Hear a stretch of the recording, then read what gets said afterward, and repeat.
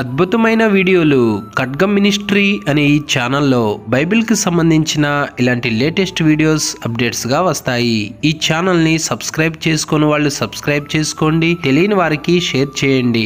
ఇవి Sunday school పిల్లలకును, విశ్వాసులకును, సేవకులకును బైబిల్ని అర్థవంతంగా చదవటానికి, బోధించటానికి కూడా ఎంతగానో సహాయపడతాయి.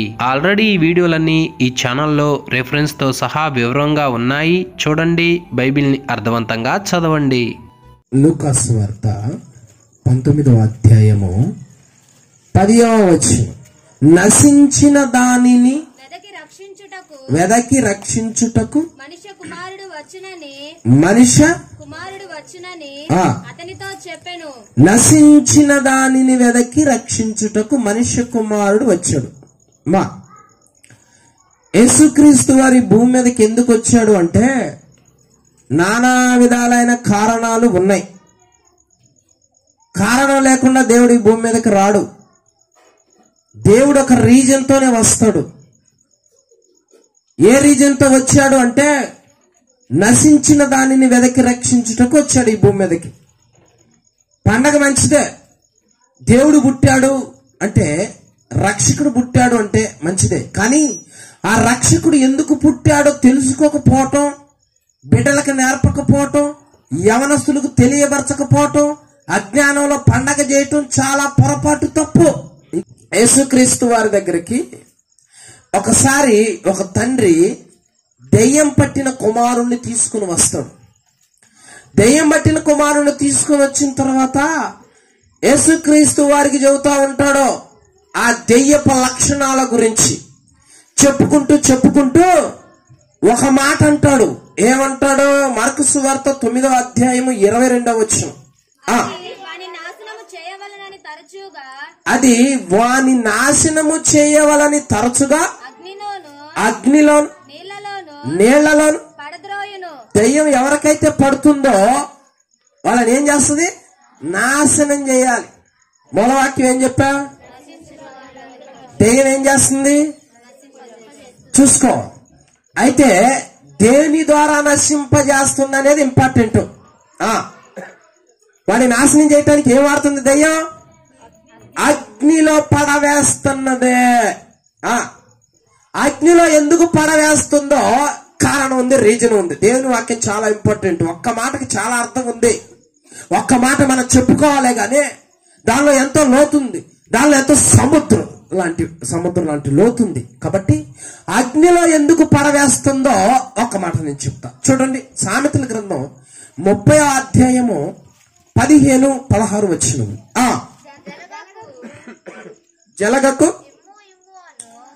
జలగకు ఇమ్ము అను కూతుర్లిద్దరు కలరు. తృప్తి పడనివి ఏమిటాయి? అవేవనగా పాతాళము, కనని గర్భము, నీరు చాలును అనని భూమి, చాలును అనని అగ్ని. చాలు అనే పదాన్ని ఎప్పుడు వాడదు అమ్మా. దెయ్యము ఆ కుమారుణ్ణి ఎందుకు పడేస్తుందంటే అగ్నిలో, అగ్నికి తృప్తి లేదు. అగ్ని జీవితంలో చాలు అనే పదాన్ని ఎప్పుడు వాడదు. అగ్ని ఎన్ని వస్తువులు దానిలో వేసినా ఇంకా కాలుస్తానే ఉంటది. మీరు ఎప్పుడన్నా చలిమంట వేశారంటే, లేదా ఏదైనా ఇల్లు తగలబడతా ఉంటే ఆ అగ్ని ఒక ఇల్లు తగలబెట్టాలి, రెండో ఇల్లు తగలబెట్టలే, నా వల్ల కాదు, ఓపిక లేదు అంటదా? ఎన్ని వస్తువులు వేసినా, ఎన్ని ఇళ్ళున్నా మొత్తం తగలబెట్టుకుంటానే పోతుంది. తృప్తి లేదు దానికి. అగ్నికి తృప్తి ఉండదు. మరి దెయ్యము కుమారుణ్ణి అగ్నిలో ఎందుకు పడవేస్తుంది అంటే తృప్తి లేని దానిలో పడవేస్తుంది. తృప్తి లేని దానిలో పడవేసి నాశనం చేయాలని చూస్తుంది. అగ్నికి తృప్తి లేదు. అంటే ఒక దెయ్యము నరుని ఏం చేస్తుంది అంటే తృప్తి లేని వాటిలో పడవేస్తుంది. ఏటిలో తృప్తి లేవు అంటే నేను చెప్తా. నరుడికి ఎన్ని విషయాలలో తృప్తి లేదో నేను చెప్తా. ఒకటి కాదు, రెండు కాదు, 7 రకాలైన వాటిల్లో నరుడికి తృప్తి లేని వాటిలో పడేస్తుంది దెయ్యం. ఏంటి 7 రకాల తృప్తి లేదు నరుడికి అనగా ఒక్కొక్క పాయింట్ గా నేను చెప్తాను చూడండి. మొట్టమొదటిగా నరుడికి దేనిలో తృప్తి ఉండదంట? యెషయా గ్రంథం 56వ అధ్యాయము 11వ వచనంలో నరుడికి దేనిలో తృప్తి ఉండదు? కుక్కలు కుక్కలు తిండికి ఆతురత పడును, ఎంత తినను వాటికి. ఈ కాపరులు చూడు, నరుని జీవితంలో మొదటిగా దేనిలో తృప్తి ఉండదంటే ఎంత తిన్నా నరుడికి తృప్తి లేదు. అమ్మా, నరుడు చాలా మందికి తిండి అంటే భలే ఇష్టం. ఆ తిండికి ఒక మితం లేదు, ఒక లిమిట్ లేదు. అమ్మా, ఆ తిండి ఎంతైనా ఎప్పుడైనా తింటానే ఉంటారు, వద్దు అని అనరు. పోనీ ఇప్పుడు తిన్నాగా ఇంకా తృప్తి చెందుదా అనుకోరు. లేఖనం ఏమంటా ఉన్నదంటే, నీవు తిండిపోతూ అయితే నీ గొంతుకు కత్తి పెట్టుకుంటుంది లేఖనం. మా ఈ రోజుల్లో తల్లిదండ్రులు పిల్లలకి ఏది కావాలంటే అది ఇస్తారు. పెద్దలు కూడా నోటికి ఏమాత్రం అదుపు లేనంతగా తింటారు. మరి అది నీ శరీరాన్ని ఏం చేస్తుంది? అతిగా తిండి తింటే మత్తు వస్తుంది, అతిగా తిండి తింటే కొవ్వు పెరుగుద్ది, అతిగా తిండి తింటే నువ్వు ప్రార్థన చేయలేవు, అతిగా తిండి తింటే దేవుని సన్నిధిలో నువ్వు నిలవలేవు. అందుకే నువ్వు తిండిపోతూ అయితే గొంతుకు కత్తి పెట్టుకో. సామెతల గ్రంథము 23:2. నీవు తిండిపోతూ అయిన ఎడల. ఎందుకు గొంతు కత్తి పెట్టుకోమంటున్నాడు దేవుడు? నోరిచ్చింది తినటానికేగా, నోరిచ్చింది తినటానికి కదా. తినో, లిమిట్. ఈరోజు వ్యర్థమైన వ్యాధులు ఎందుకు వస్తున్నాయి? అడ్డమైన వ్యాధులు ఎందుకు వస్తున్నాయి? నోటికి లిమిట్ లేదు, అదుపు లేదు, బిర్రు తింటమే. ఏదైనా తింటమే, బయట తింటమే, లోపల తింటమే, ఎక్కడైనా తింటమే. తిండి తిండి తిండి తిండే తిండి. ప్రార్థన కోటలో తిండుంటేనే నడిచేది, తిండి లేకపోతే నడవడం. తిండి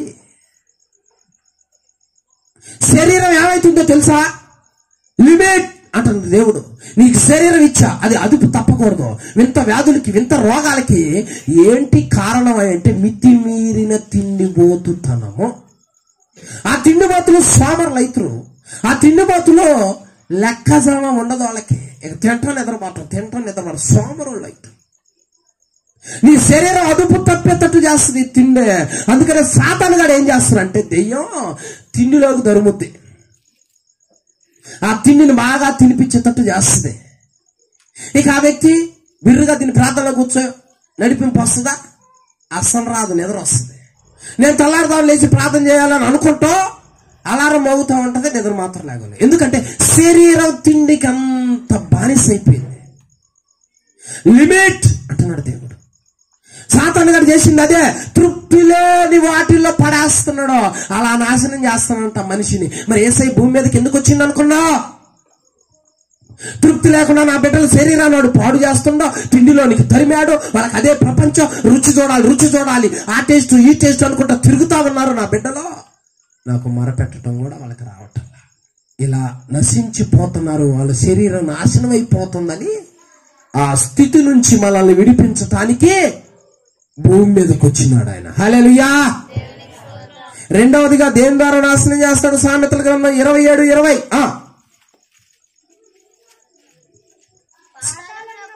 పాతాళమునకును అగాధ కూపమునకును. రెండో దానికి దేనికి తృప్తి లేదు? మొదట ఏమో తిండిలో తృప్తి లేదు, ఎంత తిన్నా ఇంకా తినాలనిపించుద్ది.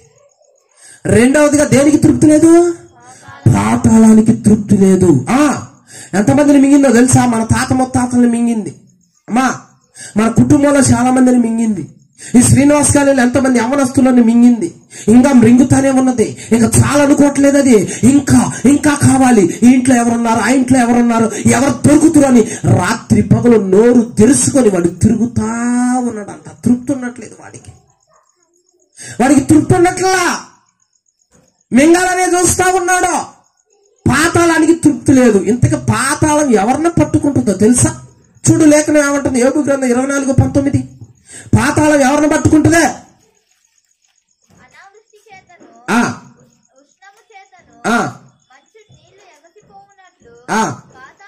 పాతాళము పాతాళం ఎవరిని పట్టుకుంటది? పాపము చేసిన వారిని పట్టుకుంటది. పాతాళం ఎవరిని పట్టుకుంటది? పాపము చేసిన వాళ్ళని ఖచ్చితంగా పాతాళం పట్టుకుంటది. పాపం అంటే అర్థం ఏంటి? నేను ఏ పాపం చేశా, నేను ఏ అన్యాయం చేశా, నేను ఎవరికి ఏ అన్యాయం చేయలేదంట తెలియక పెద్దోళ్ళు. అమ్మా, పాపం అంటే ఏంటో తెలుసా? 6 దినాలు పని చేసుకుని 7 దినాలు నా సన్నిధికి రమ్మనడే, అది పాటించకపోతేనే పాపం. ఇతరుల గురించి నువ్వు ప్రార్థన చేయాలని దేవుడు చెప్పాడే, చేయకపోతేనే పాపం. ప్రార్థన చేయకపోతేనే పాపం. మందిరానికి రాకపోవటమే పాపం. వాక్యం పాటించకపోవటమే పాపం. అంటే ఈ విధంగా ఎన్ని వాటిల్లో ఆజ్ఞను అతిక్రమించి పాపాన్ని మూట కట్టుకున్నాం. పాతాళం ఎవరిని పట్టుకుంటుందో తెలుసా? భక్తిపరుని పట్టుకోదు, ప్రార్థనపరుని పట్టుకోదు, నీతిమంతుని పట్టుకోదు, వాక్య జ్ఞానం కలిగిన వాడిని పట్టుకోదు. ఎవరిని పట్టుకుంటుందంటే పాపము చేసేవాడినే పట్టుకుంటుంది. ఆ పాపం చేసినట్టు పట్టుకొని పాతాళానికి లాక్కెళ్తుంది. అలా నాశనం చేస్తున్నానంట సాతాను గాడు. మరి ఎన్ని విషయాల్లో మనం అతిక్రమిస్తున్నాం ఆజ్ఞని చెప్పు. ఎన్ని వాక్యాలు దేవుడు అదొద్దయా అంటే అవి విన్నావా? దేవుడు ఇటొద్దంటే విన్నావా? నా సన్నిధికి రమ్మంటే, నీ పిల్లలు నడిపించమంటే, నీ పిల్లలు బెత్తవాడి పెంచమంటే, నీ పిల్లలకి ఆ వాక్యం చెప్పమంటే, అన్ని విషయాల్లో నువ్వు ఆజ్ఞను అతిక్రమిస్తున్నావా? లేకపోతే ఆ ఆజ్ఞ ప్రకారం నడుస్తా ఉన్నావా? అది లేకుండా పాపాన్ని ఇంట్లో పెట్టుకొని క్రిస్మస్ వచ్చిందిరా అని అందరు కొత్త బట్టలు కొని కేకు తెచ్చి కోస్తే నోటికి తీపి గాని ఆత్మకి తీపి కాదే. ఇంకెందుకు క్రిస్మస్? ఎందుకు? పాపం వెళ్తుంది ఇంట్లో. ఏం పాపం? ఆజ్ఞ అతిక్రమం. చెడ్డ వాటిని చూడొద్దు, నీ కళ్ళు మూసుకో. లేచిన కాల్చి ఇంట్లో టీవీ లేదా? పాపాన్ని ఇంట్లో పెట్టుకుంది, దాని దరివేయకుండా. ఎస్ఐ పుట్టాడంటే ఎస్ఐ ఎందుకు పుట్టాడు? నశించిన దానినే రక్షించటానికి. మరి ఆయన వచ్చాడని పండుగ చేసుకుంటే నశించింది పోయిందా? ముందు బయటికి పోయిందా? పోవాలా? నా బిడ్డలు ఇలా ఉన్నారు, ఈ స్థితిలో ఉన్నారు, వాళ్ళు నాశనం అయిపోతున్నారు ఆజ్ఞను అతిక్రమిస్తూ అని ఈ తరములో మన నేత్రాలు తెరిచి ఆయన వాక్యాన్ని చూపించి నశించే దాన్ని ఆజ్ఞను అతిక్రమించే తత్వాన్ని తీసివేయటానికి మనుష్య కుమారుడు ప్రత్యక్షమైనాడు. హల్లెలూయా. మొదటిగా తిన్ననే తృప్తి లేని దానిలోకి పంపించి నాశనం చేస్తున్నాడు. రెండవదిగా ఆజ్ఞను అతిక్రమించి నాశనం చేస్తున్నాడు. మూడవదిగా ఏం చేస్తున్నాడు వాడు? ప్రసంగి గ్రంథం 1:8 ఎడతెరిపి లేకుండా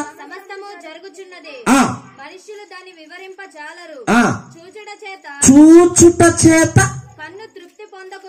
మూడవది ఏందంట? మూడవదికి తృప్తి లేని దేనికి? కంటికి. ఆ ఇంట్లో ఎవరున్నారు? ఎందుకు పెట్టావు ఇంట్లో? ఎవరికి తృప్తి లేదు? మూడవదిగా కంటికి తృప్తి లేదు. అమ్మా, ఈరోజు పిల్లలు కన్ను దేనికి బానిసలు చేశారు తెలుసా? పిల్లలు కళ్ళనే సెల్ ఫోన్కి బానిసలు చేశారు. ఈరోజు ఆట ఆడుకున్నాలే, రేపు పొద్దు అనుకోడు వాడు, అది కింద పడి గిలగిలగిలగిల ఏడుతున్నాడు. అది చూసి తల్లిదండ్రులు ప్రాణం తరుకుపోయిన ఆ బిడ్డ వద్దులే, ఇదిగో. అది కన్నుని దేనికి బానిస చేస్తున్నావు? ఆ కన్ను నాశనం అయిపోతుంది, ఆ కన్ను చెడిపోతా ఉన్నది. ఆ కన్ను ద్వారా వాడు సాతాను గాడు ఏం చేస్తున్నాడు చూడు. చూచుట చేత చూసి ఎంత ఆడినా ఆ యవనస్తులు నైట్ 12 అయినా సరే ఆ కళ్ళను దానిలో పెట్టి తీటులా ఇంకా చూడాలి, అనేకమైన చూడాలి, ఎదుటివారి చూడాలి, అనేకమైన సినిమాలు చూడాలి. సమస్తం కళ్ళను దేనికి అప్పగించాడు అంటే చూచుట దగ్గర తృప్తి లేనంతగా ఆకర్షించాడు వాడు. లోకాన్ని చూడాలి, ఈ లోక ప్రపంచాలను చూడాలి, లోక అందాలను చూడాలి, లోక సౌందర్యాలను చూడాలి. ప్రతి దాన్ని ఇక నాకు తృప్తి లేదో, రేపు ఇంకా అట్లా అయిపోయినామన్నాడు. ఏంటి పరిస్థితి? అసలు దేవుడు దేన్ని చూడమన్నాడు? దేన్ని చూస్తున్నా చూడు. దేవుడు దేన్ని చూడమన్నాడు చూడు. మార్కు సువార్త 4వ అధ్యాయము 24 చూడు. మరియు ఆయన ఏం చెబుతున్నాడు? కళ్ళు దేన్ని చూడాలా? మీరేం వింటున్నారో చూసుకో. అమ్మా, మీరు ఏం వింటున్నారో చూడు. ప్రతిరోజు ఏం వింటున్నావు? చూస్తున్నావా? అసలు నువ్వు చూసే దానిలో ఏం వింటున్నావు? ఏం కనపడుతుంది? దానిలో భావం ఏంటి? దానిలో అర్థం ఏంటి? అది చెడు పాట అని తెలీదా? ఆ చెడు దృశ్యం అని తెలీదా? అది చూడటం వల్ల, అది ఆడినందువల్ల నీ ఆయుష్ పోయి, నీకు రోగం వచ్చి, నీకు కంటి రోగం వచ్చి, నీ సమయం కుదుర్చబడుతుంది, నీ సమయం పోతుంది అని తెలీదా? నువ్వు దేన్ని చూడాలి? ఏవై వింటున్నావో అది చూసుకో అంటున్నాడు లేఖనం. ఏం వింటున్నావు నువ్వు? వాక్యం వింటున్నావు, చూసుకో. దీని మీద అనుభవం ఉందా? దీని మీద దృష్టి ఉందా? దీని మీద ధ్యాస ఉందా? ఈ కాలంలో యవనస్తులకి, చదువు వచ్చిన వాళ్ళకి దాన్ని చూడట్లా. వ్యర్థమైన దానికి చూపును అప్పగిచ్చి అది చూస్తాడు, నవ్వుతాడు, ఆనందిస్తాడు, సంతోషిస్తాడు. ప్రతిరోజు దానికే బానిసుడు. మరి ఏం చూస్తున్నా నేను గ్రహించట్లా. చూచుట్ట చేత కన్ను తృప్తి పొందట్లా. 24 గంటలు ఈ రోజు వీడియో గేమ్ ఆడినా, 24 గంటలు సెల్ చూసినా, 24 గంటలు టీవీ చూసినా, ఇంకా ప్రతిరోజు తృప్తి లేదా? చూడాలి, నేను చూడాలి. నీ కంటిని దేనికి బానిసుడు చేశాడు సాతాను? నీ కంటితో నువ్వు దేన్ని చూస్తా ఉన్నావు? నీ పిల్లలు దేన్ని చూస్తా ఉన్నారు? దేన్ని అనుసరిస్తా ఉన్నారు? దేని వైపు పయనిస్తా ఉన్నారు? నీ ఎవరి జీవితాన్ని, నీ కంటిని దేనికి అప్పగించుకున్నావు? అర్థమైన ఎన్ని చూసి తలంపులు చెడగొట్టుకొని తల్లిదండ్రులు పరువు ప్రదర్శనలు చేస్తున్నా యవనస్తులు ఈ కాలంలో ఎంతమంది లేరు? నీ కన్నుని ఎవరికి అప్పగించుకుంటున్నావు ఒక్కసారి ఆలోచించు. వ్యర్థాన్ని ఎప్పుడు నువ్వు చూడటానికి ఇష్టపడకూడదు. అందుకనే ఈ కంటి చూపు ద్వారా సాతానుడు నాశనం చేస్తున్నాడంట యవనస్తున్నాను. పిల్లలను, పెద్దలు అందరినీ మోసం చేస్తున్నాడు వాడు. పెద్దల బాధ పెద్దవాళ్ళది, పిల్లల బాధ పిల్లలది, యవనస్తుల బాధ ఎవరిని కూడా వదలడు వాడు. కిరాతకుడు వాడు, హంతకుడు వాడు, దుర్మార్గుడు వాడు. మనమే వాడి రహస్యాన్ని తెలుసుకోవట్లా. వాడి రహస్యం ఎవరు విప్పుతారు? వాడి రహస్యం ఎక్కడ బయటపడుతుందో తెలుసా? వాక్యములో మనం అడుగు పెట్టినప్పుడు, వాక్యాన్ని చూసినప్పుడు, వాక్యం తెలుసుకున్నప్పుడు, వాక్యం చదువుతున్నప్పుడు వాడి గుట్టు రొట్టవుద్ది. అందుకే బైబిల్ చదవనీయడం వాడు, బైబిల్ చూడనీయడం వాడు. తర్వాత ఏమంటున్నాడు? దేని చూడమంటున్నాడు దేవుడు? 119వ కీర్తన 9వ వచనం. యవనస్తులు దేని చేత తమ నడత శుద్ధిపరచుకుందరు? నీ వాక్యమును బట్టి. చూడు దేవుడు ఏమంటున్నాడు అక్కడ? జాగ్రత్త. మీ పిల్లల నడత శుద్ధిగా ఉండాలి అంటే, నీ యవన జీవితం శుద్ధిపరచబడాలంటే చూడాల్సినవి చూపించు. చూడాల్సిన వాటి మీద దృష్టి పెట్టు. కన్ను దృష్టి తిప్పు. జాగ్రత్తగా చూసుకోమని చెప్పి ఇది నేర్పుతున్నారండి చాలా మంది. పిల్లల్ని వీళ్ళే జరగొడుతున్నారు, పెద్దల్ని జరగొడుతున్నారు. అరే నువ్వు నడక శుద్ధి కావాలంటే ఎంఏ చేస్తే శుద్ధి కాదు నాయనా, కలెక్టర్ అయితే శుద్ధులు కాదు నాయనా. దేవుడు వేరే ఆప్షన్ ఇలేదయా. ఈ వాక్యాన్ని చూసుకుంటే నడక నేర్పుద్ది, పరిశుద్ధత నేర్పుద్దయా. అది తప్ప ఇంకేది లేదు అని దేవుడు చెబుతుంటే, పరీక్ష అంటే నేను పుస్తకాలు 10 పుస్తకాలు ముందేసుకున్న రాత్రి పౌలు ప్లాస్కోబెట్టి సరి చదువుకుంటారు. తల్లిదండ్రులు అంత ప్రోత్సహిస్తారే, బైబిల్ చదివే విషయంలో అంత కేర్ తీసుకుంటారండే? అస్సలు తీసుకోరండి. చదివితే చదివిండి, లేకపోతే లేదు. దేనికి ఇష్టపడుతున్నావు ఈ రోజుల్లో? కన్ను ఏమైపోతా ఉన్నది? చూడాల్సినవి చూడాలి, చూడకూడనే వదిలేసేయాలి. అది దేవుడు కోరుకుంటుంది. సాతానుడు ఏం చేశాడంటే, ఇది తప్ప నువ్వు అన్ని చూడు, ఇది తెలుసుకుంటే నాకు లోబడు, ఇది తెలుసుకుంటే నేను చెప్పినట్టు విను, ఇది తెలుసుకుంటే నీ శరీరం నాకు దూరం అయిపోద్ది, పైగా నలుగురికి చెబుతావు నువ్వు. అందుకనే ఇటు మాత్రం చూడొద్దు, అడ్డమైన అన్ని చూడు.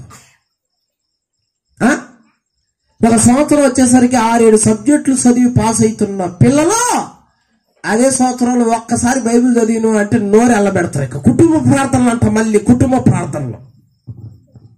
ఎందుకో ఎంబీబీఎస్ సీట్ వచ్చింది మా అమ్మాయికి, వచ్చింది బాగానే ఉంది. సస్తే అడిగి పోతే డైరెక్ట్ టికెట్ లేదు, ఇంక తిరుగులేదు. నేను ఊరక చెప్పట్లా, టికెట్ డైరెక్ట్. యవనస్తులు తమ నడుతూ శుద్ధిపరచుకోవాలంటే ఏంటే? వాక్యాన్ని చూపించాలి. లోకపరమైన పట్టాలను బట్టి, లోకపరమైన చదువును బట్టి, లోకపరమైన అంతస్తులు బట్టి, స్థితులు బట్టి గర్వం పట్ట అశ్రయించడం కాదు.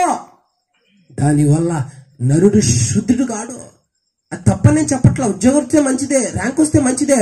అసలు నన్ను తప్ప ఇంకా దేన్ని ఎక్కువ ప్రేమించుద్దాను కదా. ప్రేమించమని దేన్ని? అది ఎందుకు వాక్యం ఉండను, వాక్యం దేవుడే ఉండను, దాని వైపు నీ దృష్టి పెట్టాలి. ఉదయం లేచిన కాంచి వాక్యం చదవాలి, ప్రతిరోజు వాక్యం చదవాలి, ప్రార్థన చేయాలి, ఆయనతో స్నేహం చేయాలి. వాక్యం చదవండి, బయటికి పోకూడదు. అప్పుడు ఆయన మనం ప్రేమిస్తున్నట్టు లెక్క. అది పక్కన పెట్టి అది కాదని అది వదిలేసి నువ్వేడో ఏదో చేస్తా, ఏదో నన్ను గొప్పగా దీవించాడు అంటే దేవుడు నువ్వు ఆయన వాక్యం చదవకుండా నిన్ను దీవించిందా? ఆయన వాక్యానికి దూరంగా ఉంటే నిన్ను దీవించిందా? ఎవరు దీవిస్తున్నారో కూడా అర్థం కావట్లేదు ఈ రోజుల్లో. నీ నడత శుద్ధిగా ఉందా? వాక్యాన్ని దూరంగా పెట్టుకున్నా. శుద్ధిగా ఉంటే ఎవరిని చూడాలో ఎవరిని చూడకూడదు అర్థమైతే. శుద్ధి లేకపోతే అనవసరమన్నీ చూస్తూ ఉంటాం. ఇప్పటికీ ఎంతో మంది క్రైస్తవులు కొన్ని వాటిని చూపు తట్టుకోలేక చూడకుండా ఉండలేకపోతా ఉన్నారు. దెయ్యం చేస్తుంది ఈ పని, దెయ్యం చేస్తుంది. ఇలా నశించిపోతున్నాడు నరుడు. అదే వాక్యం ప్రతిరోజు చూస్తా ఉంటుంటే ఆ వ్యక్తి మెళుకువలు వేరు, ప్రవర్తన వేరు, జ్ఞానం వేరు, పరిశుద్ధత వేరు. ఈ కాలంలో కావాల్సింది వాక్య జ్ఞానం, ఫ్యాషన్లు కాదు. మూడోదిగా నరుడు ఏం చేస్తున్నాడంట?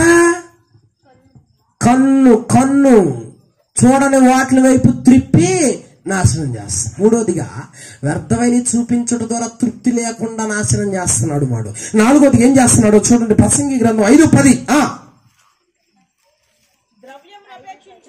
ద్రవ్యమును అపేక్షించువాడు ద్రవ్యము చేత ఆస్తి వల్ల తృప్తి ఉండదంటే ఈ రోజుల్లో. అమ్మా, ఎంత ఆస్తి వచ్చినా, ఎంత సంపాదించినా ఇంకా కొంతమంది ఎంగిలి చేత కాకింది వాళ్ళరు, పిసినారోళ్ళు, డబ్బు ఉంటుంది అయినా సరే ఏమి లేనట్టు, అయినా సరే పేదోళ్ళు అయినట్టు, అయినా సరే దేనికి గుప్పిలి విప్పరం, ఇంకా కావాలి ఇంట్లో కూర్చుకోవాలి. అందుకో ఏం చేస్తాడో ఈరోజు ధనపిచ్చి చాలా మంది అండి. దేవుని సన్నిధి వదిలిపెట్టి సంపాదించేంత ధనపిచ్చి. మేడల మెద్దలు కట్టినా ఇంకా కావాలి, ఇంకా నాకు రావాలి, ఇంకా కూర్చుకోవాలి. వద్దు అనే మాట ఉండదంట నరుడికి ధనం దగ్గర. ఇంకా రావాలి. నీకేమయ్యా బాగానే ఆస్తి ఉందిగా, తిన్నా తరగదంటే ఏముందా ఏమి కొంతగా అంటారు వాళ్ళు. నీకు బాగానే ఉందంటే బాగానే ఉందిలే అని అండో. ఏముందండి, ఏముంది, కొంతగా ఉంది. ఆయన కూడా తృప్తి లేదు దానికి. ఇంకా మందిరానికి దేవుడు ఇంత ఇచ్చాడు, ఇక సాలే ఉన్నదంతా తృప్తి చెందడం ఇదేగా ఉంది ఇంకా. అందుకనే లంచం పెరిగిపోయింది. ఎందుకంటే ఇచ్చిన జీవితంతో తృప్తి చెందడం. అన్యాయం పెరిగిందంటే వచ్చిన డబ్బుతో తృప్తి చెందడం. నోరుని ఎందుకు అన్యాయంగా ఉపయోగిస్తున్నాడు, తప్పుగా ఉపయోగిస్తున్నాడు అంటే వచ్చిన కూలితో ఆ జీతంతో తృప్తి చెందట్ల నరుడు. ఇంకా కావాలి, తొందరగా సెలబ్రిటీ కావాలి, తొందరగా హై రేంజ్కి వెళ్ళాలి, తొందరగా ఆస్తి సంపాదించుకోవాలి, తరాలు తరగని ఆస్తి నాకు కావాలి అని కోరుకుంటే దేవుడు అంటాడు, అమ్మా ధనము దేవుడు ఎప్పుడు కూడా ఒక శాతం ఉండటానికి ఇష్టపడరు. ధనము నేను దేవుణ్ణి దేవతలను చాలామని అవుద్ది. ధనం కలిగిన వాడు ఏమంటాడు, నేను వచ్చి మందిరంలో కూర్చునేది ఏంది అంటాడు. రేంజ్ మరి అది. అందుకనే యేసుక్రీస్తు వారి దగ్గరకు ఒక యవనస్తుడు వచ్చి, అయ్యా నీ ఆజ్ఞలన్నీ పాటిస్తున్నా, నాకు నిత్య జీవానికి టికెట్ వచ్చినట్టేగా అంటాడు. ఆడే అంటాడు. ఇంకేమైనా కొద ఉందా నాలో అంటాడు. మంచిదే, ఏమైనా లోటు ఉంటే తెలుసుకోవటం. అయితే నువ్వు అన్ని పాటిస్తున్నావు కానీ ఒక్కటే కొదువు ఉందా చెబుతా ఏంటవా? చెప్పా ఏంట? నీకున్న ఆస్తి మొత్తం అమ్మి బేదలకు ఇచ్చి నన్ను వెంబడించాడు. అన్ని ఆజ్ఞలు పాటించేవాడు ఆస్తి దగ్గరకు వచ్చేసరికి ముఖం చిన్నబుచ్చుకొని వెళ్ళిపోయిందంట. డబ్బు దేవుణ్ణి కూడా దూరం చేసి లాక్కెళ్తుంది. జాగ్రత్త. ఈ ధన పిచ్చే, ఈ ధన మోసమే, ఈ ధన వ్యామోహమే, ఈ డబ్బు పిచ్చే బంధాలను విడదీసుద్ది, అన్నదమ్ముల మధ్య చిచ్చు పెట్టుద్ది, చంపేసుద్ది కూడానండి. నాకు ఆస్తి లేదని తల్లిదండ్రులు చంపిన వాళ్ళు ఎంతమంది, అన్నదమ్ములు కొట్టుకున్న వాళ్ళు ఎంతమంది, విడిపోయిన వాళ్ళు ఎంతమంది, తగాదాలు పెట్టుకున్న వాళ్ళు ఎంతమంది, కొట్లాట్లు ఎంతమంది. ఆ డబ్బు కోసం హత్య చేస్తున్నాం, ఆ డబ్బు కోసమే దొంగతనాలు చేస్తున్నాం, ఆ డబ్బు కోసమే నరుడు పాకులాడుతున్నాడు ఈరోజు. దేవుడు ఏమంటున్నాడో చూడండి. అక్కడ ఏప్రిల్కి రాసిన పత్రిక మొదటి తిమోతి 6:10. ఎందుకనగా ధనాపేక్ష సమస్తమైన చూసావా? అంటే వాడు మనల్ని ఏ ఆశ పుట్టిస్తున్నా మనలో అమ్మా ధనాశ కలిగించి దేవుడు వద్దులేరా రే మందిరానికి ఒక రోజు పోతే ఏమొస్తుందిరా నీకు? పాల సంపాదించుకుంటే వస్తాయి అమ్మా, పాల సంపాదించుకుంటే వస్తాయి. అందుకనే ఏప్రిల్కి రాసిన పత్రిక 13:5 త్వరగా నేను ముగించబోతున్నాను. ధనాపేక్ష లేని వారే మీకు కలిగిన వాటితో ఇదిగో చూడ అంటున్నాడు. ధనాపేక్ష లేని వారే మీకు ఏది ఇచ్చాడు దేవుడు, దాంతో తృప్తి చెందు, దాంతో సుఖంగా ఉండు, దాంతో సంతోషంగా ఉండు. అది కాకుండా ఎక్కువ కన్నుబడు. వాళ్ళకి చూడు ఎంత సంపాదిస్తున్నారు, వీడు చూడు ఎంత సంపాదిస్తున్నారు. వాళ్ళు కోట్లకి ఎదిగినారు. వాళ్ళ ఇంట్లో ఫర్నిచర్ ఉంది, వాళ్ళ ఇంట్లో టీవీ ఉంది, వాళ్ళ ఇంట్లో ఫ్రిడ్జ్ ఉంది. ఈ ఆడవాళ్ళు మొగళ్ళు లెక్కేయటం. కొంతమంది ధన పిచ్చిలోకి వెళ్ళిపోవటం. ఆ ఇంట్లో వస్తువులు అన్నీ ఉన్నాయి, మన ఇంట్లో ఏమీ లేవు అని దేవుణ్ణి కూడా పక్కన పెట్టి దూరంగా వెళ్ళిపోతే ఎంత ఘోరమైన విషయం అండి. ఈ రోజుల్లో అన్యాయాలకు అక్రమాలకు పాల్పడుతుంది ధనం. ధనం చలామణి చేస్తూ నరుడి జీవితాన్ని నాశనం చేస్తా ఉన్నదంట. నేను రాకపోతే ఈ ధన పిచ్చిలో నరుడు పాడైపోతానే. ఆ నాశనం చేసే తత్వాన్ని లయము చేయటానికి ప్రత్యక్షమైనాడు మనుష్య కుమారుడు. హల్లెలూయా. లేకపోతే మనకేం పని? ఈ వాక్యం వినటానికి ఆయన నిద్రపోయి పొద్దున్నే పనులకు పోవాలి. 4వదిగా అట్లా చేశాడు. 5వదిగా ఏం చేస్తున్నాడు? ఎహెజ్కేలు గ్రంథం 16:29. ఎహెజ్కేలు గ్రంథం 16:29.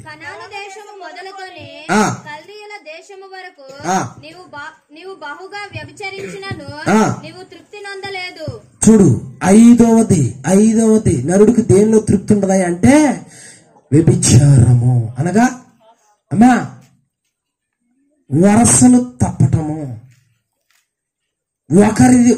ఒకరి ఒంటి మీద మరొకరు చేయవేటు. వ్యభిచారం అంటే రకాలు ఉన్నాయి బైబిల్ గ్రంథంలో. ఒకటేమో శారీరకమైన వ్యభిచారం. తెలియట్లా ఈ కాలంలో ఉన్న పిల్లలకి. ప్యాషన్ పెరిగిపోయి డేటింగ్లు వచ్చినాయి. వాళ్ళు సెలబ్రిటీలు, మన కర్మగాలి. జ్ఞానం లేదు. మరి ఏ ఆడపిల్లనైనా చూడు వాళ్ళనే ముందు పెట్టుకుంటుంది, ఫాలోవర్స్ అన్నమాట. జ్ఞానం లేదు. మరి నరుడికి దేనిలో తృప్తి లేదు, మోహంలో తృప్తి లేదు.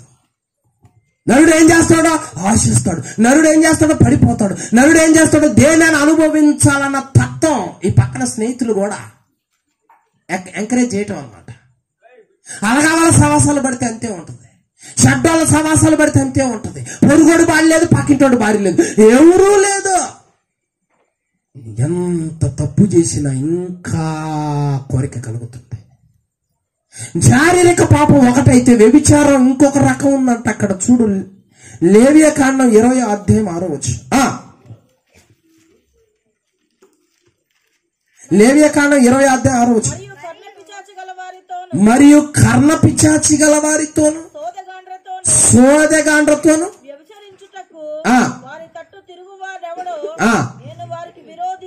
ఇప్పుడు చెప్పండి, చాలా మంది సోదె కర్ణ పిచాచి.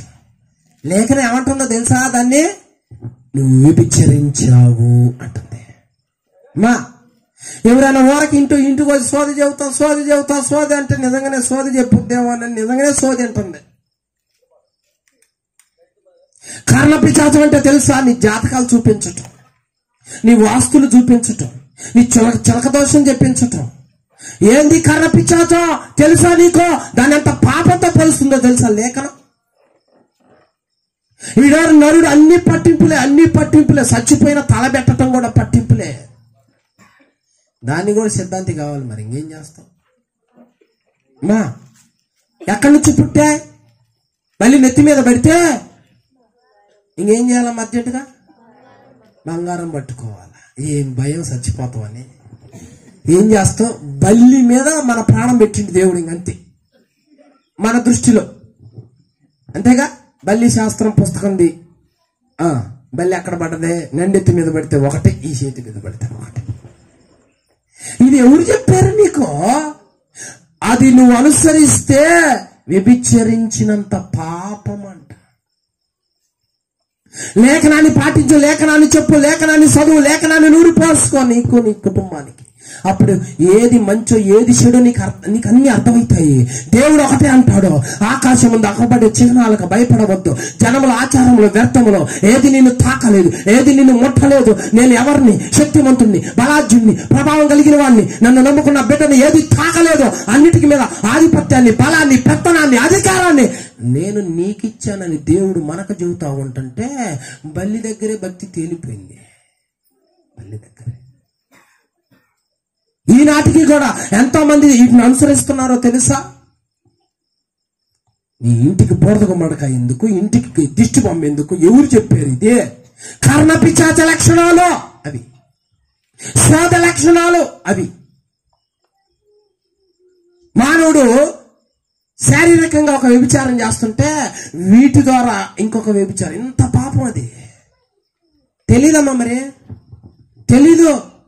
పాస్టర్ గారు పెళ్లి ఎప్పుడు చేయమంటావు? పాస్టర్ గారు ఒక డేట్ చెబితే ఇంకొక ఆయన దగ్గరకు పోతాడు. ఎప్పుడు చేయమంటావు? అర్ధరాత్రి 12:30 గంటలకు చెబుతాడు, లేదా 47 నిమిషాలకు అర్ధరాత్రి అంటాడు. నిమిషం దాటకూడదు. క్రైస్తవులు కూడా ఎంత దాటితే ఏమైంది? రాహుకాలం వస్తుంది. మళ్ళీ వాడెవడో మనకు తెలియదు. అర్ధరాత్రి 1:38:6 తాళి కట్టాలా అంటాడు. అయ్యా రైట్, ఓకే. ఆడికి అంత భయపడతావే? ఏం తెల్లారి చేసుకుంటే పెళ్లి కాదా? మధ్యాహ్నం చేసుకుంటే పెళ్లి కాదా? ఉదయం చేసుకుంటే పెళ్లి కాదా? సాయంత్రం పెళ్లి కాదా? కరెక్ట్ గా అదే నిమిషాల దేనికే కర్ణ పిచ్చాచకు దానికి అలవాటు పడుతున్నావు. ఇది పుట్టింది ఎట్ట పుట్టింది అనుకున్నాయి. ఈ వాస్తులు అన్ని పంచాంగం ఎట్ట పుట్టింది అనుకున్నది. దేవుడు ఇవన్నీ మనకు చెప్పలా. ఈ కాలంలో చదువు ఉంది కానీ వాక్య జ్ఞానం లేదు. చదువుకున్నవాడు కూడా భయమే ఆస్తులంటే. ఈ ఇంట్లోకి నువ్వు వెళ్ళినవంటే అయిపోతావు అనేవాడు కనుక చెప్పిండంటే ఇంట్లోకి పోడు. ఎందుకంటే ఇంట్లోకి వెళ్తే అయిపోతా, నీకు మొద్దగా అన్నం ఉంది, నీకు నీటిగా అన్నం ఉంది, నీకు ఆగన్నం ఉందంటే దానికి భయపడతాడు. వాడేవాడు చెప్పటానికి నీటిగా అన్నం ఉందని. నీకు ఈ సంవత్సరం కలిసి వచ్చిద్దా? నీ రాశి ఏంది? నీ రాశి ఏంది? నీ రాశి కలిసి వచ్చిద్దా చూసుకో. పొద్దున్నే పేపర్ చూస్తాడు, లేకపోతే ఎవరు నిన్ను అడుగుతాడు. ఈ రాశి కల వాళ్ళకి ఈ రోజు లేవనుందా? ఏ రాశి చెబుతురు? నీ రాశి ఏమి రాశి అని చెబితే అమ్మా వృషభ రాశి కలిసి వస్తుంది, తుల రాశి కలిసి వస్తుంది. క్రీస్తు దగ్గరకు వచ్చేసరికి రాసులు ఏమి లేవు. కర్ణ పిశాచం కలిగిన వారిని, శోధ కలిగిన వారిని ఈ ప్రాంతంలో నువ్వు ఉండనీయకూడదు. అంటే ఆ లక్షణాలు ఉండకూడదు. అది తరిమి కొట్టాలి. ఎవరి దగ్గర అయి ఉంటావో వాళ్ళకి నేను విరోధిని అన్నాడు దేవుడు. మా అబ్బాయి చచ్చిపోయిండు. ఎందుకు చచ్చిపోయిండు చెప్పు? ఇంకా మళ్ళాంటి తెలివి తక్కువ ఆట ఆడిచ్చిద్ది అనమాట. ఇక తోలు బొమ్మల ఆట, చాట బీమిస్తే చెబుతానంటది. చచ్చిపోయినోడు ఏమన్నా చుట్టం అనుకున్నావా? పిలిస్తే రావటానికి జ్ఞానం ఉండొద్దా? ఎంతో హత్యలు జరుగుతున్నాయే, ఎప్పటికీ ఇన్వెస్టిగేషన్ లో తేలట్లేదే. ఏమైనా ఓరకట్ట పిలిస్తే అయిపోయేదేగా. తెలివితేటలు లేవు. మరి చదువుకున్నాడు కూడా సిద్ధాంతికి భయపడతాడు. జీవం కలిగిన దేవుడు సమస్తం మన పాదముల కింద ఉంచాడు. నువ్వు దేనికి భయపడాల్సిన పని లేదు.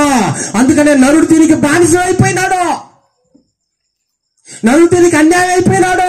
నాశనం చేస్తుండే దీనిలో సృష్టిని బట్టి నరుడు భయాప్రాంతుడు అయిపోయాడు. వ్యర్థమైన అనుసరిస్తున్నాడు. శోధ వైపు, కర్ణ పిశాచుల వైపు, వాస్తుల వైపు, సిద్ధాంతాల వైపు, ప్రతి వాటి వైపు మళ్ళాడు. కాబట్టే ఇలా నశించిపోతున్నాడు. దేవుడికి విరోధమైన చేసి ఇది తీసివేయటానికి, అపవాది క్రియలు కల్పించి లయము చేయటానికి మనుష్య కుమారుడు ప్రత్యక్షమైనాడు. హల్లెలూయా. దేవుడు నీ కుటుంబంలో ప్రత్యక్షమైతే ఈ లక్షణాలు ఆ ఇంట్లో కనపడవు. అమ్మా యూట్యూబ్ ఛానల్లో పెట్టా, సోద చెప్పించుకున్న వాళ్ళ గురించి చెప్పా. యూట్యూబ్ ఛానల్లో పార్ట్ 1, పార్ట్ 2 చెప్పా, చూసుకోండి. ఖడ్గం మినిస్ట్రీ. దేవుడు వాక్య జ్ఞానం మనకి నేర్పాడు. 5వదిగా ఏం చేస్తారంట వాడు? దేని ద్వారా? నరుడికి దేనిలో తృప్తి లేదంటే వ్యభిచరించుట ద్వారా తృప్తి లేదు. శారీరకంగా తృప్తి ఉండదు, దీని ద్వారా తృప్తి ఉండదు మనిషి. మరి ఇన్ని విధాలుగా నాశనం అయిపోతున్నాడు మనిషి. ఇక 6వదిగా దేనిలో తృప్తి లేదంట. మీకా గ్రంథం 6:11 మీకా గ్రంథం 6 అధ్యాయం 11 నుంచి చదవండి 14 దాకా. తప్పు త్రాసును తప్పు రాళ్ళు గల సంచి ఉంచుకొని అపవిత్రుడనగుదునా వారిలోని ఐశ్వర్యవంతులు ఎడతెగక బలాత్కారం చేయుదురు, పట్టణస్థులు అబద్ధమాడుదురు, వారి నోటిలోని నాలుక కపటముగా మాటలాడును. కాబట్టి నువ్వు బాగుపడకుండా నేను నీ పాపములను బట్టి నిన్ను పాడు చేసి మొత్తుదును. నీవు భోజనము చేసి నువ్వు భోజనం చేసినా నీకు తృప్తి కానేరదు. ఇదిగో 6వదిగా దేవుడు ఏమంటున్నాడు తెలుసా? తప్పుడు త్రాసును, తర్వాత తప్పుడు రాళ్ళు గల అన్యాయ సొమ్ము. అది అమ్మా అన్యాయపు సొమ్ము, ఉచితార్థంగా వచ్చే సొమ్ము. మోసాలు చేస్తే వచ్చే సొమ్ము ద్వారా నరుడికి తృప్తి ఉండదు. కేజీ కాయలు కావాలంటే కేజీ కింద ఇంకొకటి పెడుతున్న కాట కింద తక్కువ తోక వచ్చేటట్టు 100 గ్రాములను తగ్గిస్తుడు. అమ్మా 100 గ్రాములు తగ్గిస్తుడు, మిగిలిన ఇస్తుడు. తప్పుడు అన్యాయంగా సంపాదించుకున్న సొమ్ము ద్వారా నరుడికి తృప్తి ఉండట్లేదంట ఈ రోజులు. బేరాల దగ్గర తృప్తి ఉండదు, అన్యాయం చేస్తుంది. బిజినెస్ల దగ్గర తృప్తి ఉండదు, అన్యాయం చేస్తుంది. ఎంతమంది అన్యాయంగా సంపాదిస్తున్నారో తెలుసా? మోసంగా సంపాదిస్తున్నారో తెలుసా? కూలి వాళ్ళు కూలీయకుండా బిగబడుతున్నారు తెలుసా? సెటిల్మెంట్లు కని పోయి బెదిరించి అన్యాయంగా డబ్బు చేసుకొచ్చుకుంటున్నారు. అందుకని దేవుడు అంటున్నాడు, సరి అయిన గుండు యెహోవాకి ఇష్టం. నీ త్రాసు ఎలా ఉందో న్యాయంగా కష్టపడి సంపాదిస్తున్నావా? ప్రతి రూపాయన నీ కష్టార్జితమైనా నువ్వు నీ పిల్లలు తింటాం. అన్యాయంగా ఏమైనా సంపాదిస్తూ ఉన్నామా? అక్రమంగా ఏమైనా సంపాదిస్తున్నామా? దోపుడుగా ఏమైనా సంపాదిస్తున్నామా? అబద్ధాలు చెప్పి ఏమైనా సంపాదిస్తా ఉన్నామా? పొరుగు వాళ్ళ అన్యాయపు సొమ్ముని ఇంట్లో తెచ్చుకుంటున్నామా? ఒకసారి ఆలోచించుకోండి. అమ్మా ఇంట్లో ఈ సొమ్ము ఉండకూడదు, ఇది తినకూడదు దేవుడు చెబుతా ఉన్నాడు. నువ్వు తినే తిండి మీద నీ కష్టం కనపడాలి దేవుడికి. నువ్వు తినే తిండి మీద ఇదిగో నువ్వు తృప్తి ఉండాలంటే నీ కష్టార్జితమే నీకు తృప్తే. ఇక అలా లేకుండా అన్యాయంగా నువ్వు వ్యాపారం చేస్తే బైబిల్ గ్రంథంలో స్పష్టంగా ఉంది. చచ్చు ధాన్యాన్ని కూడా అమ్మారంట బైబిల్ గ్రంథంలో. అంటే చెడిపోయిన వస్తువులు. చెడిపోయిన వస్తువులు అమ్మి కూడా సొమ్ము చేసుకున్నారంట. ఇలాగ చేస్తూ అక్రమం చేస్తూ తృప్తి లేకుండా జీవిస్తున్నారు. డబ్బా పాలు వచ్చినాయి, డబ్బా కూరగాయలు వచ్చినాయి. మోసాలు ఇవన్నీ, అన్యాయం ఇవన్నీ. పైకే బాగుంటుంది వస్తువు, లోపల డ్యామేజ్. అన్యాయం చేసి సంపాదించడం. తోకానికి తగ్గ నాణ్యత ఉందా? తోకానికి తగ్గ ఆ విలువ ఉందా? పోషకాలు ఉన్నాయంటే లేవు. ఎంతమంది పట్టుకుంటే చికెన్ మొన్నటిదని నిన్నటిదని పట్టుకున్నారు. ఎన్ని రెస్టారెంట్లలో చికెన్ అని పెట్టి కుక్క మాంసం వండి పెట్టారు. ఏందండి ఇవన్నీ? నరుడేంది ఇలా అయిపోయాడు? అట్లా సంపాదించిన వాడికి తృప్తి లేదు. పిల్లలాగే పాలు కల్తీయే, పిల్లలు తినే చాక్లెట్లు కల్తీయే, అన్ని ఎందుకంటే అన్యాయం చేసైనా సొమ్ము చేసుకోవాలి. వాడికి తృప్తి లేదు, ఇంకా కావాలి. వేరే టైపులో ఆలోచించాలి. ఈ జ్ఞానం దయ్యాల జ్ఞానం, దయ్యాల చేత ఆవరించబడి నరుడు పాడైపోయాడు ఈ లోకంలో. ఇలా నాశనం చేస్తున్నాడు నరుల్ని. దేవుడేమో అరే నీ కష్టార్జితం తినంటే కష్టార్జితం తింటలా. ఎందుకంటే దెయ్యం ఏం చెప్పుద్ది అనుకుని ఎప్పుడైనా సామెతల గ్రంథము 9:17 త్వరగా. సామెతల గ్రంథం 9:17. దెయ్యం అంతా ఎప్పుడైనా అది తెలివి లేని వాడు వచ్చుట చూసి దొంగిలించిన నీళ్లు తీపి సాటున తిన్న భోజనం అది కష్టార్జితం తీపని చెబుతుందా? దెయ్యం చెప్పదు. దెయ్యం నీ కష్టార్జితం తింటే నీకేమొస్తుందిరా నాయన? దొంగిలిస్తేనే తీపి ఉంటుంది, అదే సాటుకు తింటేనే నీకు రుచిరా అంటది. ఎవరితో తెలుసు అట్లా అనేది? తెలివి లేని వాడితో. తెలివి అంటే అర్థం ఏంది? తెలివి ఆడి నుంచి వస్తుంది. మంచి స్కూల్లో చదివిద్దాం అబ్బాయికి భలే తెలివితేటలు వస్తాయి. ఏం తెలివితేటలు వస్తాయమ్మా? షాటింగ్లే వచ్చేది. చదివే బాగుండేది, మార్కులే బాగుండే వస్తాయి. పరిశుద్ధత లేదుగా. అన్ని వాట్సాప్, ఫేస్బుక్లు, ఆన్లైన్ అనమాట అంతా. తెలివి పుట్టించే మాటలు ఏడున్నాయి? దేవుని వాక్యంలో ఉన్నాయి. ఈ అలవాటు చేస్తే ఈరోజు కన్న కొడుకు నిన్ను పట్టుకుని ఎంత ఎడాపెడా మాటలు అండో, కొట్టడో, అన్యాయంగా అవమానించడో, తలదించుకునే పనులు చేయడో, తప్పుడు పనులు చేయడో. బాల్యంలోనే వాక్యం పడాల. అందుకనే ఇన్ని చేసుకుంటా పోతున్నాడు. ఆ క్రియలు లయపరచటానికి భూమి మీదకి వచ్చినాడు దేవుడు. అన్యాయం సొమ్ము తెలుసుకో, దానివల్ల నష్టం తెలుసుకో, దానివల్ల ఎంత ఘోరం ఉంటుందో తెలుసుకో. తోపుడు సొమ్ము ఇంట్లో పెట్టుకున్నాడు ఎవడో గేహాజే. వారసత్వ రోగం అంటించుకున్నాడు వంశానికి. ఆలోచించుకో. పక్కోళ్ళు దొంగ వస్తువులైనా, దొంగతనం డబ్బు అయినా తీసుకొచ్చి కసిపి ఇంట్లో దాచిపెట్టి అన్నారు అనుకో, అసలు పొరపాటును కూడా ఇంట్లోకి రాకూడదు. అలా వచ్చిన ఇల్లు పాడైపోయి బైబిల్ గ్రంథంలో చెప్పుకుంటూ పోతే చాలా ఉన్నాయి. కష్టార్జితం ద్వారానే కుటుంబంలో తృప్తి, అది తినటంలోనే నీకు ఆనందం, సంతోషం లేఖనం అంటుంది. వ్యర్థంగా ఏది మనం సంపాదించకూడదు. లోకానికి జ్ఞానం లేదు, మనోనేత్రాలు మూశాడు. అన్యాయంగా సంపాదించాలనే వాడు చెబుతున్నాడు. అదే తీపి అంటున్నాడు. దాంతోనే జలసాలు చేస్తున్నారు, దాంతోనే సోట్లు కొంటున్నారు, దాంతోనే ఇల్లు కొంటున్నారు, దాంతోనే వస్తువులు కొంటున్నారు, దాంతోనే వాహనాలు కొంటున్నారు, వాళ్ళ సంతానాన్ని హ్యాపీగా తిప్పుతున్నారు. దేవుడు ఏమంటున్నాడు అంటే, ఇదిగో నువ్వు సంపాదించేది ఒకనాటికి నిన్ను నాశనం చేస్తుంది. నీకు జ్ఞానం లేదు, తెలివి లేదు అంటున్నాడు దేవుడు. పతనం అయిపోయే దాని వైపు సాతాను నడిపిస్తుంటే ఆడి క్రియలు లయపరచటానికి భూమి మీదకి వచ్చినాడు దేవుడు. హల్లెలూయా. ఎన్ని అయిపోయినాయి? లేట్ చేయకుండా ఒకటే నేను చెప్పి ముగిస్తా. చూడండి, హబక్కూకు గ్రంథము 2వ అధ్యాయం 5వ వచనం. దేనిలో తృప్తి లేదు. చివరగా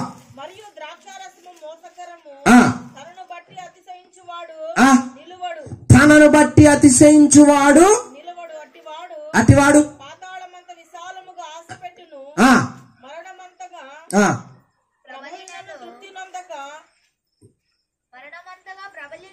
మరణమంతగా ప్రబలినను తృప్తి నొందక. ఎవడాడు? పైన చదువు. తనను బట్టి అతిశయించువాడు నిలవడు.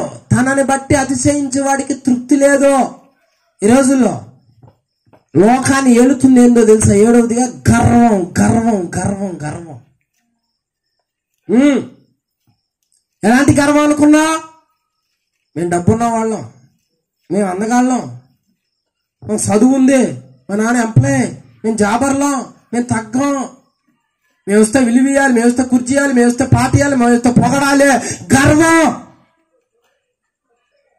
దేన్ని చూసుకొని మురిచిపోతున్నారు, దేన్ని చూసుకుని అహం పెరిగిపోతుంది. గర్వం దేవుడికి అసలు ఇష్టం ఉండదు. గర్వం చాలా మందికి పెరిగిపోయింది. పేదోడిని చూస్తే చిన్నచూపు, పేదోడిని చూస్తే అసహించుకోవటం, కాస్త అజ్ఞానంగా మాట్లాడడం, అసహించుకోవటం. నేను చూడు ఎలా ఉన్నాను, మా పిల్లలు చూడు ఎలా ఉన్నారు, వాళ్ళకి సినిమా హీరో పేర్లు పెడుతున్నారు, హీరోయిన్ టైప్ లో ఉందంటా ఉన్నారు. ఎవరిని బట్టి వాళ్ళని పొగుడుకోవటమే, గర్వించుకోవటమే, హెచ్చించుకోవటమే చేస్తున్నాడు. ఈ గర్వం వల్లే సాతానుగాడు భూమి మీదకి పడాల్సి వచ్చింది. ఈ గర్వమే సింహాసనాన్ని వదిలిపెట్టాల్సి వచ్చింది. ఈ గర్వమే వికృత రూపం వాడికి రావాల్సి వచ్చింది. నువ్వు బాగా పాట పాడితే మంచిదే, నాతో పాటు ఎవడు బాడలేడు అన్నావు అనుకో, గర్వం. నువ్వు బాగా ప్రార్థన చేస్తున్నా మంచిదే, నేను చేసినట్టు ఎవరు చేయలేరు అంటే గర్వం. నువ్వు వాక్యం చదువుతున్నావు అనుకో, దేవుని కృప ద్వారా నేను చెప్పినట్టు ఎవరు చెప్పలేడు అన్నావు అనుకో, గర్వం. నువ్వు చెప్పినా నేను చెప్పినా అయ్య కృపను బట్టి చెబుతున్నావు. అయ్య కృప లేకపోతే మనం ఏం చేస్తాం? ఏం చేయలేము అక్కడ. తనను బట్టి అతిశయించువాడు నిలబడు. నీ పిల్లల బట్టి అతిశయించొద్దు, నీ ఆస్తిని బట్టి అతిశయించొద్దు, నీ పలకాన్ని బట్టి అతిశయించొద్దు, నా దగ్గర ఇంతమంది ఉన్నారు ఎవడేం చేస్తారని అతిశయించొద్దు, నా బిడ్డలు బట్టి అతిశయించాలని అనుకోవద్దు. అతిశయించాల్సింది దేవుడు నాకు తోడుగా ఉన్నాడని అతిశయించాలి. దేవుని స్తుతించడంలో అతిశయించాలి.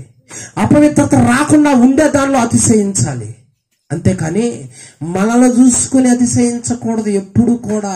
అలా అతిశయించి చాలా మంది బైబిల్ గ్రంథంలో పాడైపోయారు. గర్వంగా మాట్లాడారు.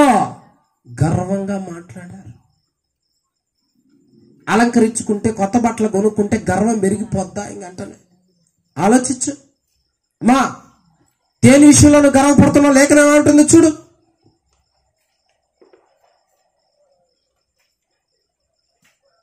రెండో సమూయేలు గ్రంథము 22:28. రెండో సమూయేలు గ్రంథం 22:28. శ్రమపడు వారిని నీవు రక్షించదవు, గర్విష్ఠులకు విరోధివై. దేవుడు ఎలా అంటాడు? గర్విష్ఠులకు విరోధి. ఏదైనా అయ్యా నీ కృపే అనాలి. నేనంటే అవనుకున్నావా అనవనుకో ఇంకా అయిపోయింది, గర్వమే. బైబిల్ గ్రంథంలో నెబుకద్నెజరు అనే రాజు ఉన్నాడు. ఆ బైబిల్ గ్రంథం మొత్తంలో రారాజు అనే పేరు ఇద్దరికే ఉన్నాయి. ఇద్దరికే వీడియో కూడా చేసేది. మొదట దేవునికి ఉంది, ఆ తర్వాత నెబుకద్నెజరు రాజుకుంది. రారాజు అంటే రాజులకు రాజు అని. అలాంటి ఆయనకి దేవుడు భూలోక రాజ్యాలు అప్పగిస్తే ఒక రోజు అనుకున్నాడంట మనసులో, ఈ రాజ్య ప్రభావము నా బలంతో నా మహిమతో వచ్చింది అనుకున్నాడంట మనసులో. ఎప్పుడైతే గర్వపడ్డాడో దేవుడు చెబుతుంది, నీ రాజ్యం నీ యొద్ద నుంచి విభాగింపబడుతుందే, నీ గోళ్ళన్నీ పక్షి గోళ్ళు అవుతాయే. నీవు 7 సంవత్సరాలేనా? 7 సంవత్సరాల పాటు ఏం చేస్తావు? ఏం తింటావు? గడ్డి తింటావు అన్నాడు. గర్వం మామూలు విషయం కాదు. అక్కడ దేవుడి దగ్గరకు వచ్చేసరికి తగ్గించుకో. దేవుడి దగ్గరకు వచ్చేసరికి నీ అధికారాన్ని, నీ సౌందర్యాన్ని, నీ జ్ఞానాన్ని పక్కన పెట్టి తగ్గించుకొని అయ్యా ఆస్తి అయినా నీ కృపే, అందమైనా నీ కృపే, చదువైనా నీ కృపే, సమస్తం నీ కృపే, నీ దయ వల్లే ఇది వచ్చిందయ్యా అన్ని మితముగా తగ్గించుకునేటట్లుగా ఉండాలంట. నరుడు అలా లేడు, హెచ్చించుకుంటాడు నరుడు. 4 లక్షలు ఏమన్నా ఇంట్లో ఉన్నాయి అంటే ఇంక హెచ్చితు నా అంత టోళ్ళు ఎవడు లేడు అంటున్నారు. నీ వాహనాలు బట్టి, వస్త్రాలు బట్టి, నీ ఆస్తులు బట్టి, ఫర్నిచర్ బట్టి, ఇల్లును బట్టి నువ్వు అతిశయించకూడదు. ప్రేమ కలిగిన దేవుడు కనికరించి ఇచ్చినాడు, దాంతో అతిశయిస్తే ఎట్లా? సాతానుగాడు సౌందర్యవంతుడు, నీ సౌందర్యము చూసుకొని నీవు గర్వించావు అంటున్నాడు దేవుడు. ఎప్పుడు గర్వపడకూడదు. అందుకే వాక్య జ్ఞానం చాలా ఇంపార్టెంట్. కొంతమంది తెలియక అవనస్తులు చదువు దగ్గర అయినా ఇంకెక్కడైనా సరే నేనంటే ఏమనుకున్నా, మామూలుండి కాదురే నేను రుస్తూని అంటున్నా. గాలి మీద ఆధారపడే నరుడికి ఇంత గర్వమా? ముక్కు మూసుకొని రుస్తూని కదా, ముక్కు మూసుకొని 5 నిమిషాలు ఉండంటే అమ్మా డీప్ ఫ్రీజ్ లో అరిచిపండు అయిపోతాడు. ఇక నరుడు ఎలా అంటాడు? తగ్గు నువ్వైనా నేనైనా బ్రతికున్నామంటే గర్వపడకూడదు. గర్విష్ఠుడు అంటే దేవుడికి బలే కోపము. తగ్గాలి, వినవిధేతలతో ఉండాలి. నరుడు గర్విష్ఠుడైపోయి చెడిపోతుంటే ఆ గర్వాన్ని అణిచి తగ్గింపు స్వభావాన్ని ఇయ్యటానికి భూమి మీదకి ప్రత్యక్షమైనాడంట మనిషి కుమారుడు. హల్లెలూయా. ఆయన ప్రాణమిచ్చి శిష్యుల పాదాలు తుడిచి తన్ను తాను తగ్గించుకొనెను అంటుంది ఆయనకి. మనకు నేర్పింది కూడా అదే. మనకు ఆ బట్టే నేర్పింది. పాస్టర్ గారు ఒక మాట అనుకో, నన్ను పట్టుకుని ఇంత మాట అంటావా? ఆత్మీయ తండ్రికి బిడ్డలను ఒక మాట అనే హక్కు ఉండదా? టయానికి ఎందుకు రాలేదమ్మా అంటాం కూడా తప్పే. ఇన్ని సంవత్సరాల నుంచి వచ్చి బైబిల్ ఎందుకు చదవలేదన్నా తప్పే. నీ పిల్లలకి ఎందుకు నేర్పలేదన్నా తప్పే. పాట కూడా నేర్చుకోవేందమ్మా ఊరకొచ్చి పోతావన్నా తప్పే. అన్నీ తప్పులే. నన్ను అట్టన్నాడని నేను పట్టించుకోకపోతే తప్పు కదా, నీకు నేర్పకపోతే తప్పు కదా, నీకు సత్యం చెప్పకపోతే తప్పు కదా. నీ ఇంట్లో ఒక పశువులు పెంచితే పాలియకపోతే ఊరుకుంటావా? ఒక మొక్క నాటితే పెరగకపోతే ఊరుకుంటావా? నీ పిల్లలకి మార్కులు తక్కువ వస్తే ఊరుకుంటావా? ఆత్మీయ జీవితంలో ఎదగకపోతే సేవకుడు ఎందుకు ఊరుకుంటాడు? సరైన సేవకుడు ఎందుకు ఊరుకుంటాడు చెప్పు. కాబట్టి సాతానుగాడు మనుషులను నాశనం చేస్తున్నాడు. తృప్తి లేని వాటిల్లో పడేసి 7 విధాలుగా వీటి నుంచి విడిపించడానికి మనిషి కుమారుడు ప్రత్యక్షమైనాడు. దేవుడు వచ్చినాడు. ఎందుకంటే దెయ్యాన్ని వెళ్ళగొట్టే శక్తి, సాతాను గారిని ఓడించే శక్తి, వాడిని ఎదిరించే శక్తి, వాడి క్రియలు లయమ చేసే శక్తి, నిన్ను నన్ను రక్షించే శక్తి ఆయనకి తప్ప, ఆయన నోటి వాక్కుకు తప్ప, ఆయన జ్ఞానానికి తప్ప ఇంకెవ్వడికి లేదు. కాబట్టి ఆయనే ప్రత్యక్షమైనాడు. ఆయన ఇమ్మానుయేలుగా తోడుగా ఉన్నాడు. ఆయనే మనం రక్షించినాడు. ఆయన కృప ఈ రోజు మనం రక్షించబడ్డామంటే కారణం. ఇంకా ఈ రక్షణ నిర్లక్ష్యం చేసి పండగతోనే సరిపెట్టుకుంటావా? పండగ భక్తులు అవుతావా? తిండితోనే సరిపెట్టుకుంటావా? నీ పిల్లలకు వాక్యం నేర్పవా? వాక్య జ్ఞానం లేక అల్లాడిపోతున్నారు చాలా మంది. ఒక పండగ యేసుక్రీస్తు వారు వచ్చాడంటే చాలా అర్థాలు. అందుకనే ఎక్కడైనా కన్నీరు కార్చు, ఎక్కడైనా ఉపవాసాలుండు, ఎక్కడైనా ఇలా లైవ్ అయిపోతుంది నా కుటుంబం ప్రభువా, వాడి చేతిలో మోసపోయాం, కనికరించు ప్రభువా, లైవ్ చేయి ప్రభువా, రక్షించు ప్రభువా, రా ప్రభువా అని ప్రార్థన చేయటం నేర్చుకోవాలి. అందరికీ వందనములు. ఖడ్గం మినిస్ట్రీ వీడియోలకు సంబంధించిన బుక్కు ప్రింట్ అయి సిద్ధముగా ఉన్నది. మొదటి బుక్కు ఈ కనిపించే 30 అంశాల మీద ఉన్నది. కావలసిన వారు ఈ నెంబర్కు కాల్ చేసి ఆర్డర్ చేసుకొనగలరు. బైబిలులోని ఆదికాండం నుంచి ప్రకటన గ్రంథం వరకు ఉన్న 1126 కఠిన పదాలు రిఫరెన్స్తో సహా వాటి అర్థాలు గల బుక్కు కావలసిన వారు ఈ క్రింది నెంబర్లకు కాల్ చేయండి. ఖడ్గం మినిస్ట్రీ అనే ఈ ఛానల్ ని వీక్షిస్తున్న మీ అందరికీ మా వందనములు. ఈ ఛానల్లో బైబిల్కి సంబంధించి ప్రతి కఠినమైన పదాలకు అర్థాలు వస్తాయి. కాబట్టి ఈ ఛానల్ ని సబ్స్క్రైబ్ చేయండి, లైక్ చేయండి, కామెంట్ చేయండి, షేర్ చేయండి.